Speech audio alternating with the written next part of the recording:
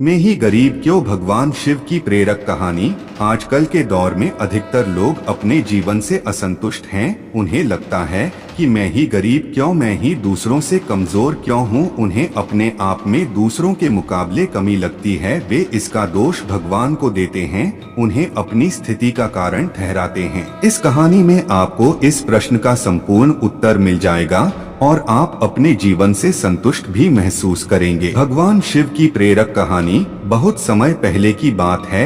एक गांव में धर्म उपदेश देने के लिए लगे हुए शिविर में एक साधु पहुंचे। गांव के लोग अपनी अपनी समस्याएं लेकर उनके पास जाते और उनसे समाधान प्राप्त कर नई ऊर्जा के साथ वापस लौटते।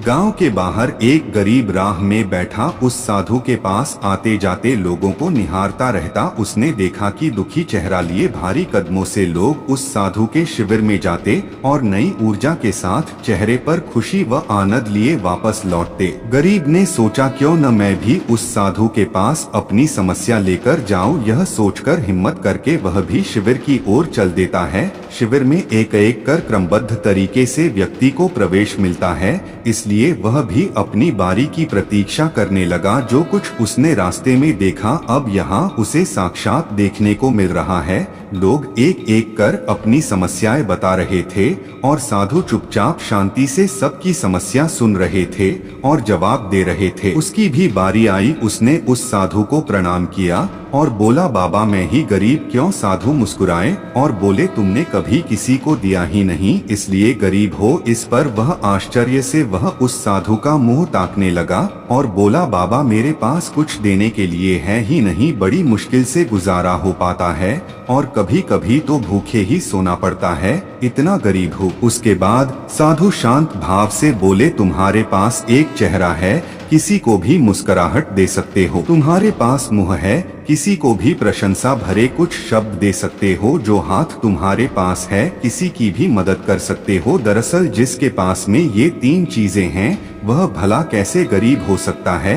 गरीबी का भाव मन में होता है। मन से यह भ्रम निकाल दो, लोगों को देते जाओ, गरीबी अपने आप ही दूर हो जाएगी। यह बातें सुनकर उस गरीब का चेहरा दमक उठा। उसे अपने प्रश्न का उत्तर मिल चुका था। अब उसके मन से गरीबी का भाव दूर कर दिया। इस शिक्षा को जीवन में उतारकर कुछ ही दिनों में उसका जीवन भी खुशियों से भर गया। जीवन की सीख, मंदिर में भी लोग जाते हैं तो कुछ न कुछ मांगते रहते हैं और जीवन भर घुट घुट कर रोए रोकर समय बिता देते हैं।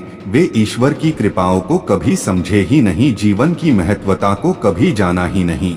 ईश्वर सभी को ज्ञान देते जो कि ईश्वर की अनमोल देन है, जिसे हम कभी जानने समझने की कोशिश ही नहीं की, इसलिए हम सुख का आनंद नहीं ले पाते। मित्रों, मनुष्य जीवन एक अनमोल अवसर है और विधाता की असीम कृपा का तोहफा है। हमारा सर्वप्रथम यह कर्तव्य होता है कि हम उस परम परमेश्वर की इनायतों को समझें, ईश्वर की कृपा को जानने की कोशिश करें और इसका सबसे आसान तरीका है खुद को समझना। हमारा अस्तित्व क्या है, हमारा लक्ष्य क्या है, हमारा क्या कर्म है इत्यादि। उपरोक्त सभी बातों सुनकर जानकर आज आप यह पूर्णतः समझ चुके होंगे कि हमारे पास ईश्वर की दी हुई वो अनमोल तोहफे हैं जिनसे आज मानव नई नई उपलब्धियों को पा रहा है, असीम ऊंचाइयों को छू रहा है। बस जरूरत है तो सही मार्गदर्शन की, जो कि आज से आप इन बातों को अपने जीवन में उतारने की कोशिश करिए। आपको बस यह करना है, एक, हर रोज अपनी एक कमी को दूर करो, चाहे